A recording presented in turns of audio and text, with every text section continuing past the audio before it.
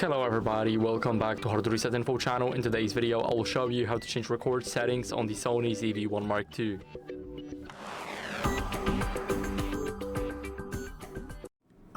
So what you guys need to do first is open up the settings by clicking on the menu button here.